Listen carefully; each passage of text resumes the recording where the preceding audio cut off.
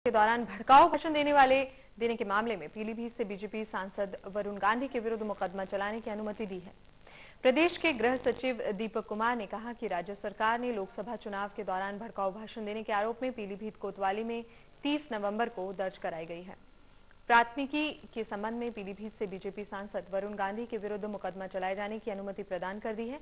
वरुण के विरुद्ध भारतीय दंड संहिता 153A विभिन्न धार्मिक समुदायों के बीच नफरत फैलाने, 295A धार्मिक भावनाएं भड़काने की कोशिश करने और 505(2) जनता को उपद्रव के लिए उकसाने संबंधी टिप्पणी भी शामिल है। और इसी पर और ज्यादा जानकारी के लिए हम चलते हैं हमारे संवाददाता पंकज के पास। पंकज, जानना चाहेंगे आपसे ये पूरा मामला क्या है? हाँ गीतांजलि, यहाँ पे श्री वरुण गांधी के खिलाफ एक समुदाय के विरुद्ध आपत्तिजनक भाषण देने के मामले में सांसद वरुण गांधी लोकसभा के चुनाव के दौरान बरखेड़ा थाने में मुकदमा दर्ज कराया गया था। जी।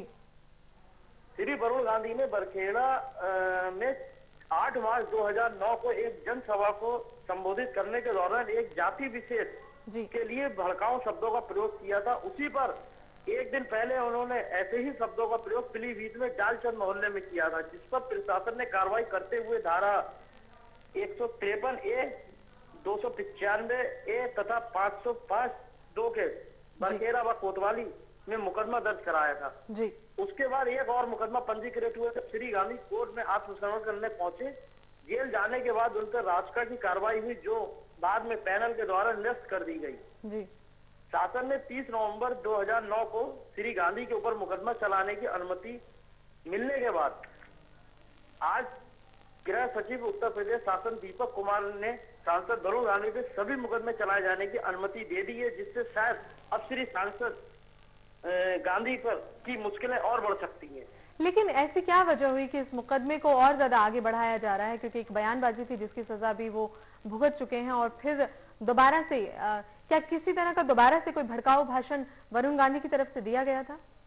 नहीं, भड़काऊ भाषण उसी समय दिया गया था, लेकिन कहीं ना कहीं ये लग रहा है कि इसको राजनीतिक रंग देने की कोशिश की जा रही है। जी।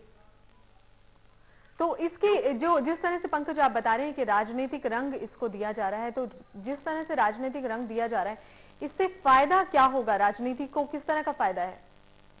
क्योंकि पहले भी पीछे भी देखा गया है कि वरुण जी की एक तरफा जीत हुई थी। जी। तो कहीं ना कहीं बीजेपी वालों को ये लगता है ये स्टैंड जो है, जो हमें पहले भी हमारे लिए लाभ पहुंचा चुका है, आने वाले चुनाव को कहीं ना कहीं हमारे लिए ये स्टैंड लाभ दे सकता है, सहानुभूति जनता से जोड़ सकते हैं। जैसे पीछे भी सहानुभूति के तहत वरुण गांधी जी ने बहुत लंबी जीत हासिल करी थी। जी।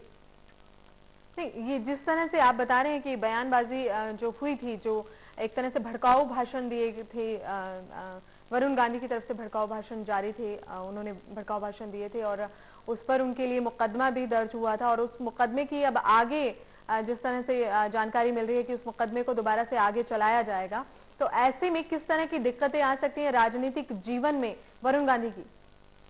राजनीतिक दिक्कतें ये भी आ सकती है कि उनके जो मुकदमे जो उनके ऊपर से लगे हुए थे, जिनकी अनुमति शासन से नहीं मिली थी, तो उनके अपने प्रचार में और उसमें भी समस्याएं उत्पन्न हो सकती है। और उनके लिए मुकदमे जो चलेंगे तो कहीं ना कहीं उनका जो है अस्तित्व खतरे में होगा।